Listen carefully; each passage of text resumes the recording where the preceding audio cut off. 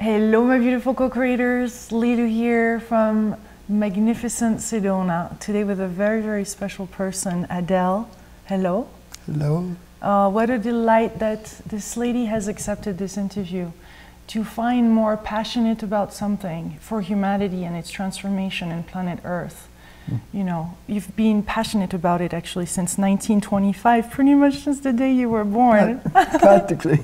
Practically. She has this book, wonderful book, Our Sacred Garden, The Living Earth, reuniting us with nature.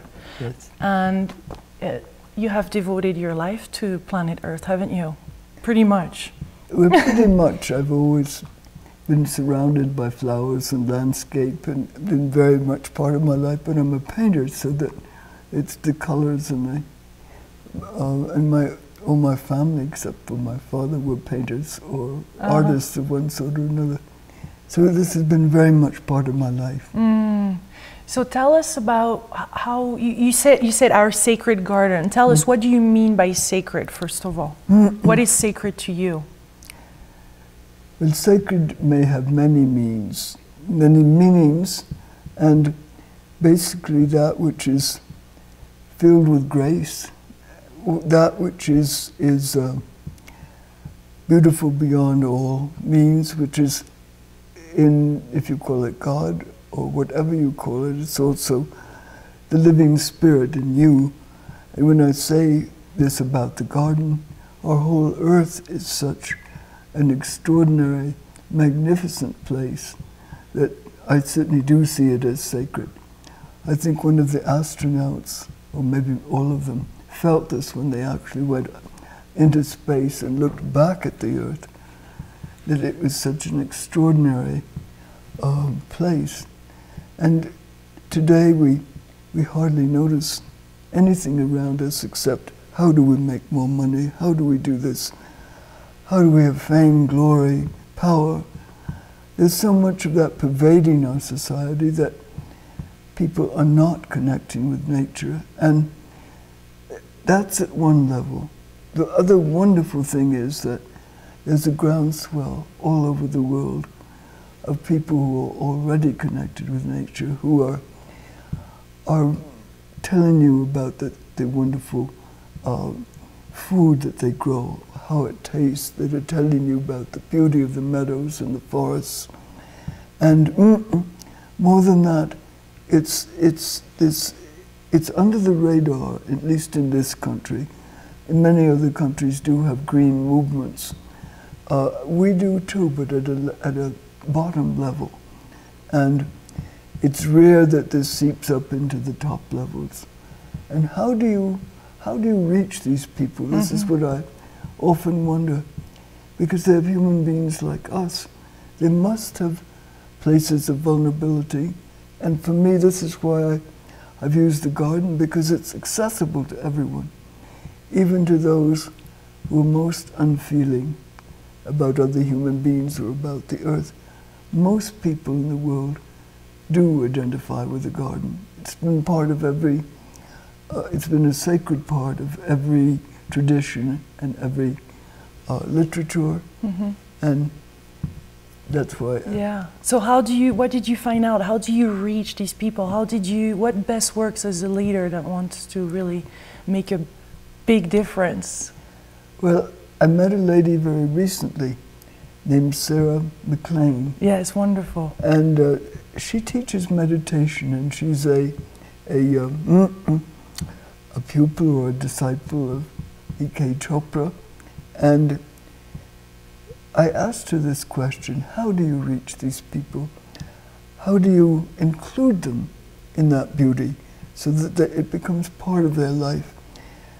And she said, you do it by indirection. You do it by very quietly doing whatever it is you do. You meditate in whatever way is best for you, and it affects the unknown. It somehow goes under the radar. It goes into people's hearts at some level you don't know, you can't anticipate. And I know this is true with art too, that you don't, or most people, most artists don't really create for other people. They create for their relationship with with God, with the universe, with, and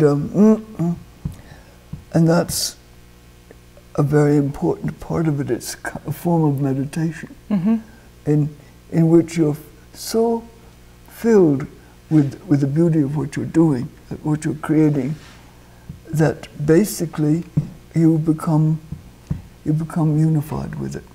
That's what is, to me, sacred. And particularly, there are sacred gardens which have been blessed, that have the earth chakras, the ley lines, all Which over one? the world. Well, Mont Saint-Michel, the one. You've heard of Stonehenge, of course, in England. But there are many places where the sacred stones are. And there are ley lines. Those are the power lines that are like the power lines in one's body that go all the way from England to India. I can't tell you all of them, but they are there. Yeah. And the dowsers of the world, the shamans, they've always created the sacred sites at those places where there are usually springs of water. And all the great cathedrals of Europe are built on such ancient sites, which were places that were recognized, and they exist all over the world today. Most people are familiar with some of these gardens. But I believe that the little man, the little garden, the little plot of earth, if it's really beloved and cared for with that passion, that it becomes sacred too. And that's what I've tried to show. I love what you say about when you really do something that you love, like you while you're gardening and bringing community together. Yes. This is really, that is a form of meditation. Yes, it is. That is what is impacting really the world and the leaders, right? When we're focused on that instead of getting out there and pushing our way in. Yes, I think this is right. I think there are some people who work better with pushing their way. The marching in the streets is maybe a necessary part of this. And it's a creative force in its own. It doesn't happen to be my way. I'd have to have a wheelchair to go in across the streets with, but instead of being able to march, but it doesn't matter. I'm just glad it's happening. Yeah, yet you gather a lot of people. You gather community. I even saw some pictures of Navajos really helping, you know, and doing gardens all together. Well, tell us about this gathering and how this works, and is it part of Gardens for Humanity? Yes and no, but it also exists many, many places. And years ago, 40 to 50 years ago, after the Martin Luther King was killed, was murdered, there was a great uprising of fires and rebellion in all the cities. And I know that many people said, how can we not just combat this, but how can we unify the cities again with better relations with people? And for many cities, at least I know for Boston, which is where I'm from, but also from Cleveland, the mayors put out an appeal and said, let's have a summer program of building gardens, of building playgrounds, of bringing the arts to everyone. And I know the mayor of Cincinnati was a black man, and he said, just send 5 cents, send a penny, and we'll have a summer program for everybody, which he did. And our city essentially copied him. But to me, what really spreads the word and makes these communities come together in loving care is a leader, a visionary.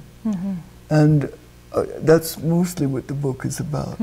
It's the people who are spreading the seed of love. And these are people that can be the Dalai Lama.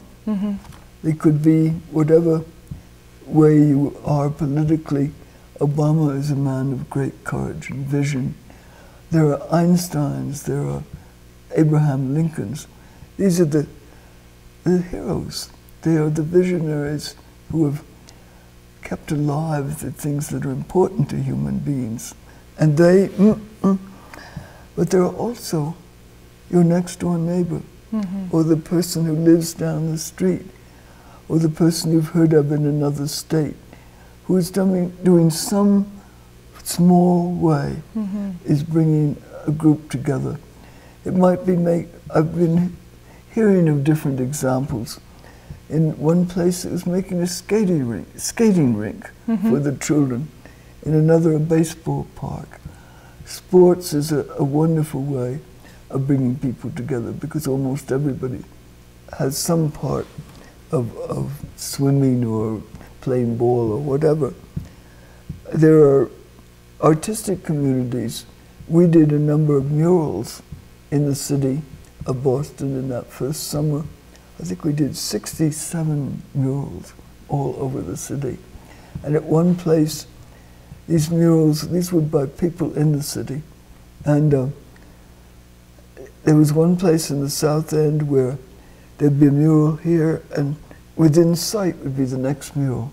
And then the next, and I kept thinking it was like those horns, those didgeridoos in different countries that make that wonderful trumpet sound or deep sound that is echoed and heard for miles. And this was the way that the murals got to be known.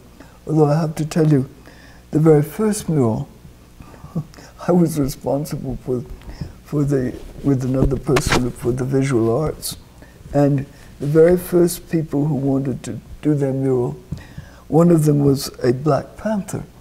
And so I went with him and another person to get the paints that we were given. And those two started it was in one of the Boston ghettos that we were trying to make a playground and a basketball court in.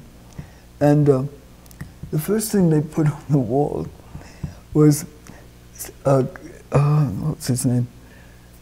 Smokey Carmichael throwing a Molotov cocktail. Well, then the other one was a white man hanging. And I thought, oh dear God, what in the world is going to happen? And I went to the lady who was the head of the program, and she said, well, was it of the quality of Diego Rivera in Mexico? I said, no, it wasn't. I was practically in tears. And all the black community said, my God, why are you listening to these people? And all the white community said, why are you listening to these people? So we didn't know what to do. And she said, this was a visionary leader. She said, never mind, you go ahead and make hundreds across the city, and they will bring other spirits out, which is true. All over the city, other people made different kinds of murals. And the next year, those two black artists did absolutely beautiful murals in different parts of the city. For them, that was the marching in the streets. And all over the country, there's been that kind of marching. But it's the first step. The second step is saying, look, we're all part of humanity, of the humanity. This is for all of us. And I think what's happening now all through the world is that people are rebelling against the cement of dictatorial